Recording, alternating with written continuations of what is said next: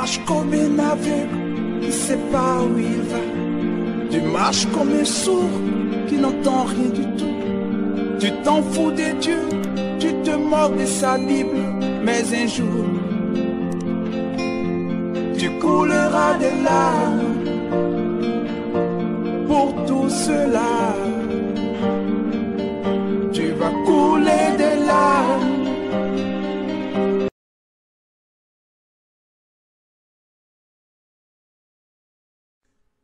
Bien-aimés dans le Seigneur, nous voici de retour. J'espère que vous avez eu le temps de prier pendant cette pause. Vous avez eu le temps de profiter de prier. Que Dieu vous nous bénisse encore. Nous allons poursuivre. Alors, en ce qui concerne le 11e point, sinon la 11e stratégie, j'ai vu Satan quitter là où il était, derrière la chair, c'est-à-dire devant la chair qu'il était, pour se mettre cette fois-ci devant cette chair. Je ne sais pas si vous comprenez mon langage. Satan était devant la chair, comme tout prédicateur, il parlait. Mais lorsqu'il était question du 11e point, ou la 11e stratégie, Satan quitte sa chair en or pour venir se mettre debout devant cette chair en face maintenant de l'assemblée, de tous ceux qui étaient là. Alors, bien-aimés dans le Seigneur, je vais donc, après s'être mis là devant, Satan va soulever ses deux mains. Il va les soulever comme s'il voulait adresser une prière. Et pendant qu'il soulève ses mains, tel que cela a eu lieu au commencement de la réunion, une chanson va se mettre à chanter, à se lancer dans la salle. Et lorsque la chanson se mettait à se lancer, le titre de la chanson défilait. Ça défilait dans la salle. Et le titre de la chanson, c'était 1 millimètre. Je répète, le titre de la chanson était 1 millimètre.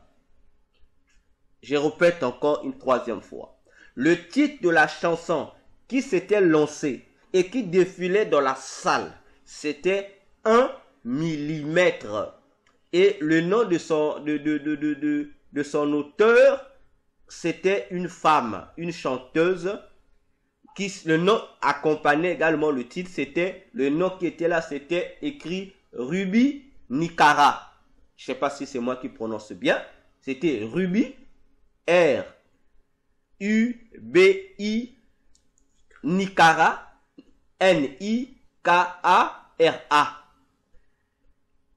Il n'y avait pas d'image, pas de pochette, mais juste la chanson jouait et le titre tournait autour dans la salle et le nom de l'auteur de la chanson. C'était une femme. Alors, bien aimé, pendant que cette musique, cette chanson 1 millimètre de Ruby Nicara se jouait, à la droite de Satan, sur le podium où était Satan, une femme va apparaître là.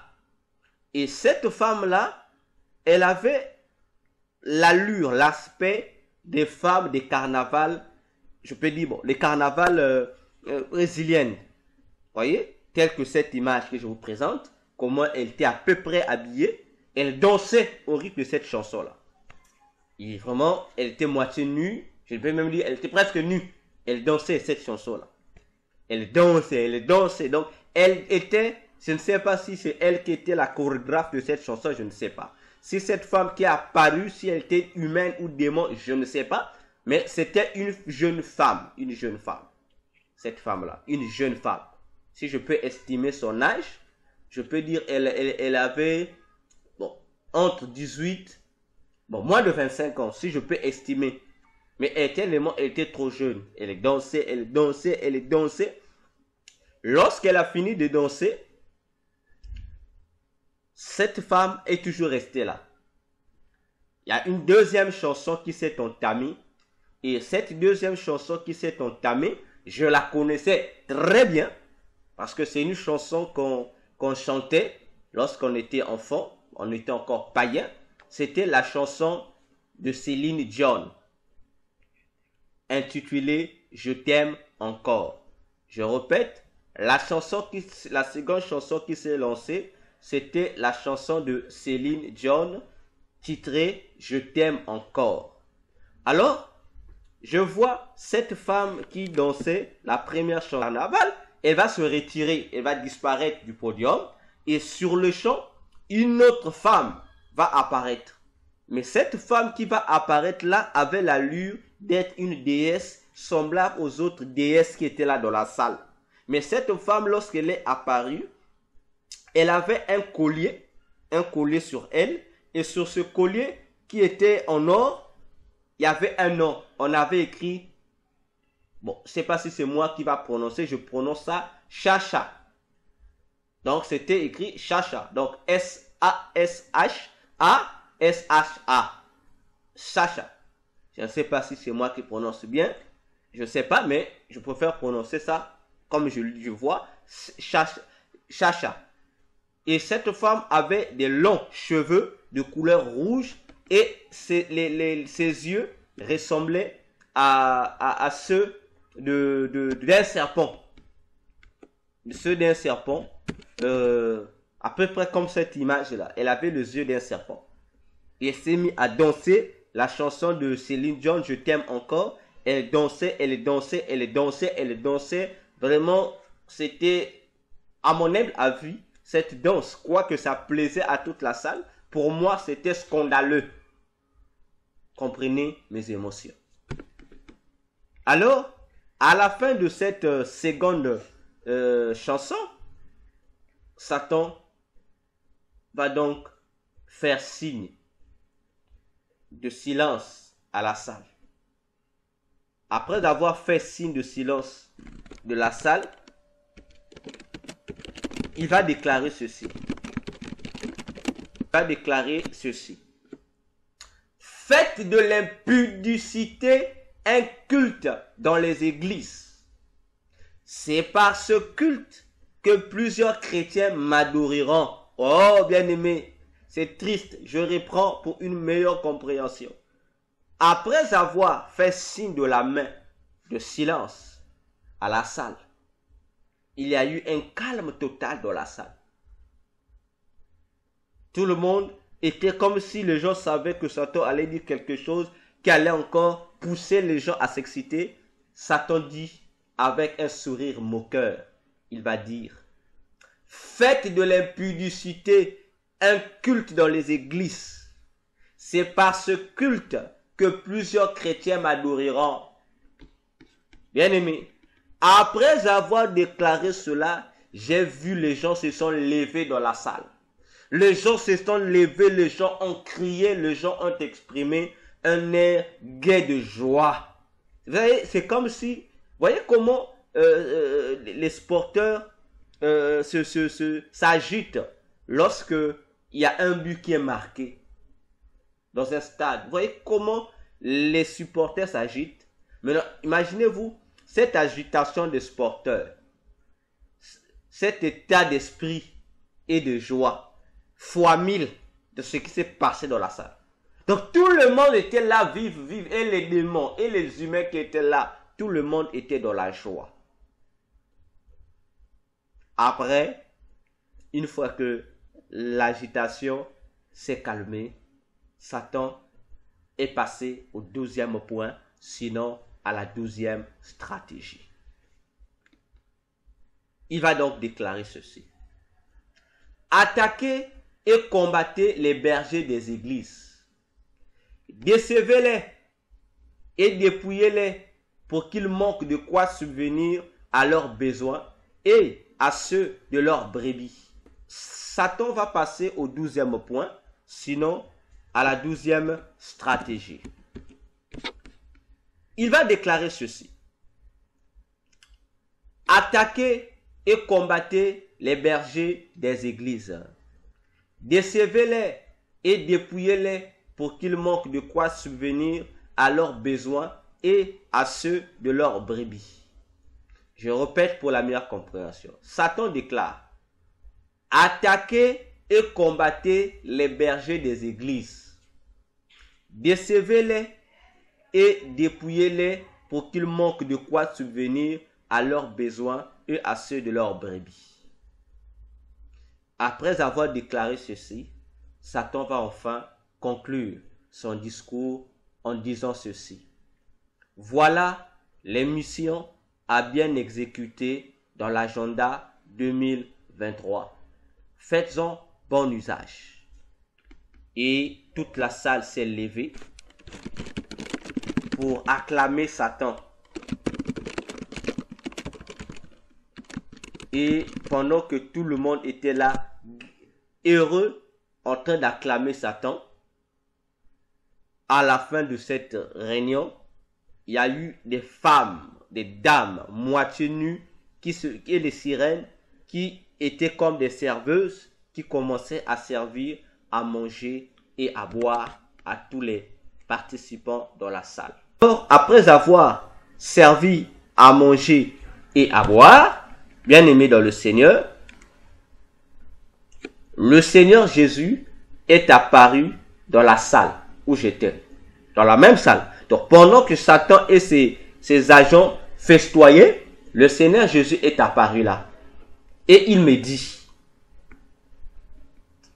pour réussir les sacrifices d'action de grâce, ils vont mettre en place des mesures rassurantes. Dès le 2 octobre 2022, une couche va commencer à envelopper la terre. Et elle atteindra son point culminant le 8 novembre 2022.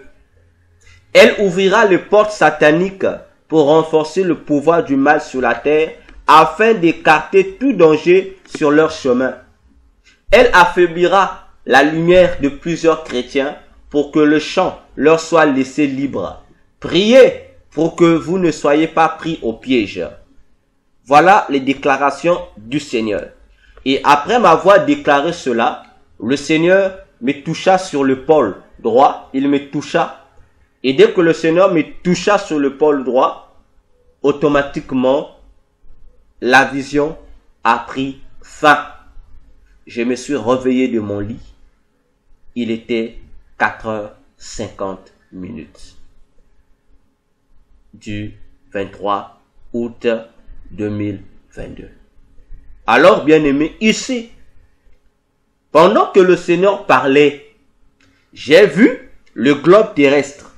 Il y avait une couche qui avait une couleur jaunâtre qui a commencé à envelopper la terre. Au fur et à mesure, à partir du 2 octobre 2022, cette couche a commencé. Au fur et à mesure que les jours passaient, la couche aussi se déplaçait jusqu'à ce que nous sommes arrivés au 8 novembre 2022. Cette couche a enveloppé la terre comme un chewing-gum. C'était une couche. Lorsque je parle de couche, c'était comme un liquide. Un liquide lourd et épais. Comme une colle. Et qui a englouti toute la terre.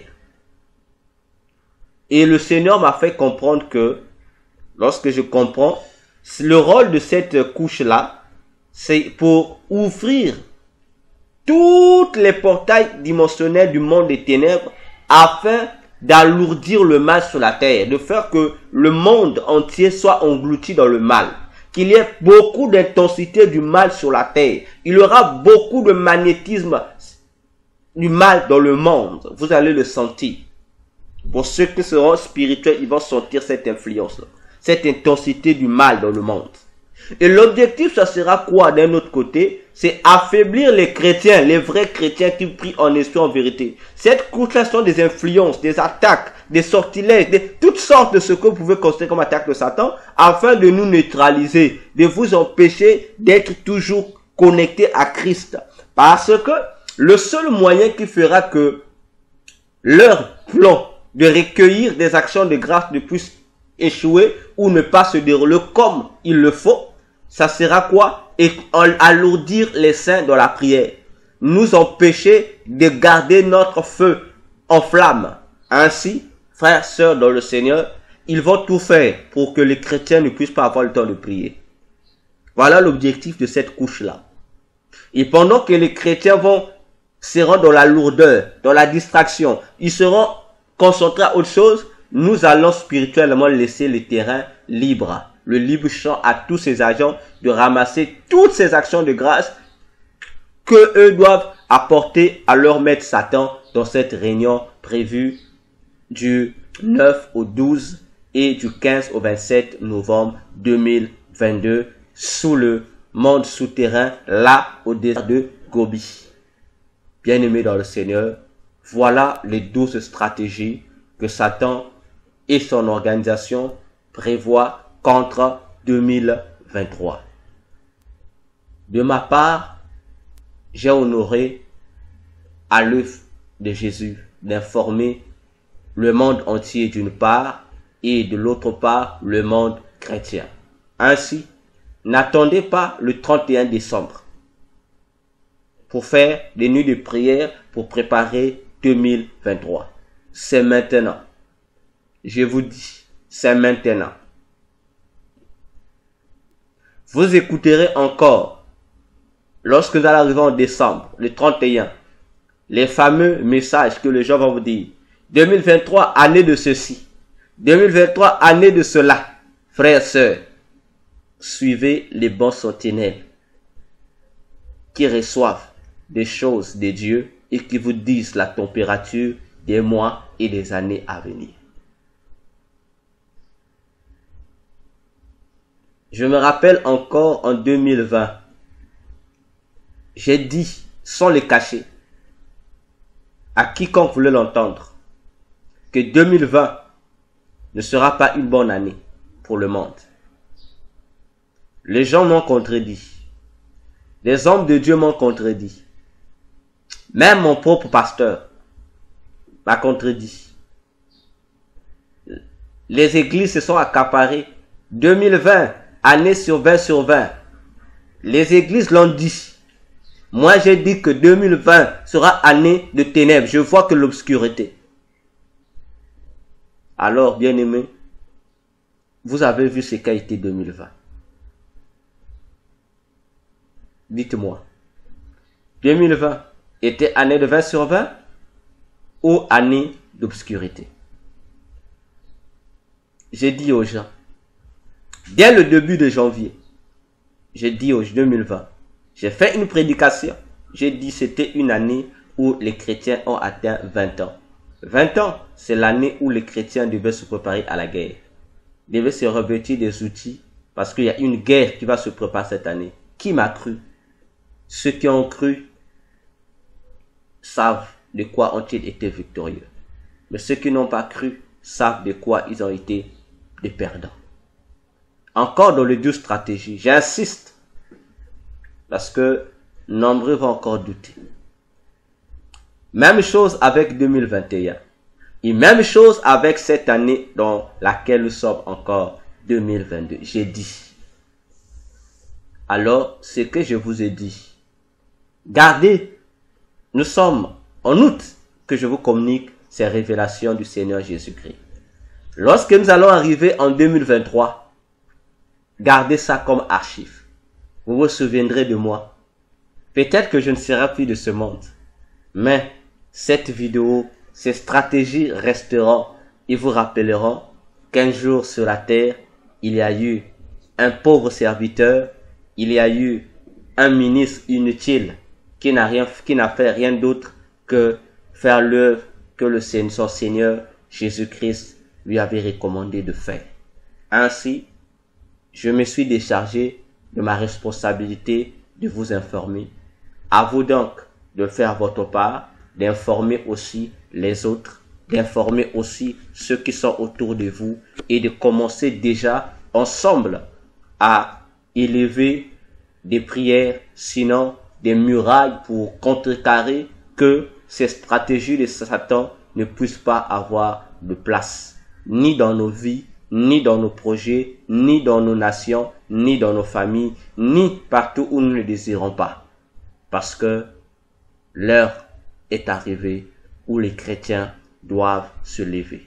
Déjà, je ne cesse de le répéter, dans les églises, les anges des églises, je ne parle pas des pasteurs, parce que le pasteur n'a jamais été l'ange de l'église, je parle des anges de l'église.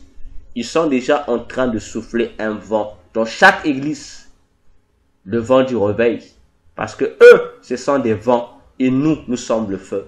L'objectif de leur vent qu'ils soufflent sortant au niveau de leur thorax, c'est de vous stimuler au réveil spirituel. Afin que toi, église, que tu sois feu. Car lorsque Jésus viendra prendre l'église, il ne prendra que ceux qui en sont le feu comme lui. Ainsi, que Dieu vous bénisse, qu'il vous donne l'intelligence et la capacité de le comprendre. Merci, partagez la vidéo, likez, abonnez-vous massivement. Si vous avez la possibilité de transcrire ces messages en écrit, partagez-les sur vos réseaux sociaux, partagez-les sur vos blogs, partagez-les sur vos sites internet, partagez-les, bien aimés, dans vos groupes, que ce soit version audio, peu importe, je vous en donne le droit. Que Dieu vous bénisse. À nous revoir dans notre prochaine émission, dont je vous annonce en avance, qui portera sur ce que vous ignorez du ciel. C'est sur ce grand thème que nous allons commencer. Ce que vous ignorez sur le ciel. Je vais vous expliquer ce que le Seigneur m'a dit de vous dire concernant plusieurs choses que nous ne savons pas mais qui existent au ciel. Pourquoi? Parce que le Seigneur dit plusieurs de chrétiens qui sont en train de mourir lorsqu'ils arrivent au ciel à cause de l'ignorance de ces choses-là. Ils sont en train de perdre des pourcentages, sinon des biens dans les récompenses qui leur reviennent du droit. Ainsi, pour vous empêcher, vous qui ne croyez pas à ces choses qui existent au ciel, nous reviendrons dans nos prochaines émissions pour vous expliquer ces éléments-là. Merci de nous avoir prêté votre temps. Merci parce que vous allez prendre le temps maintenant d'éviter la distraction, de vous consacrer dans la prière et de vous consacrer à mener une vie de totale sanctification. Merci de méditer également la parole. Que Dieu vous bénisse. C'était moi, votre humble serviteur, le docteur Véracité KTN. Que Dieu vous bénisse. Bye bye.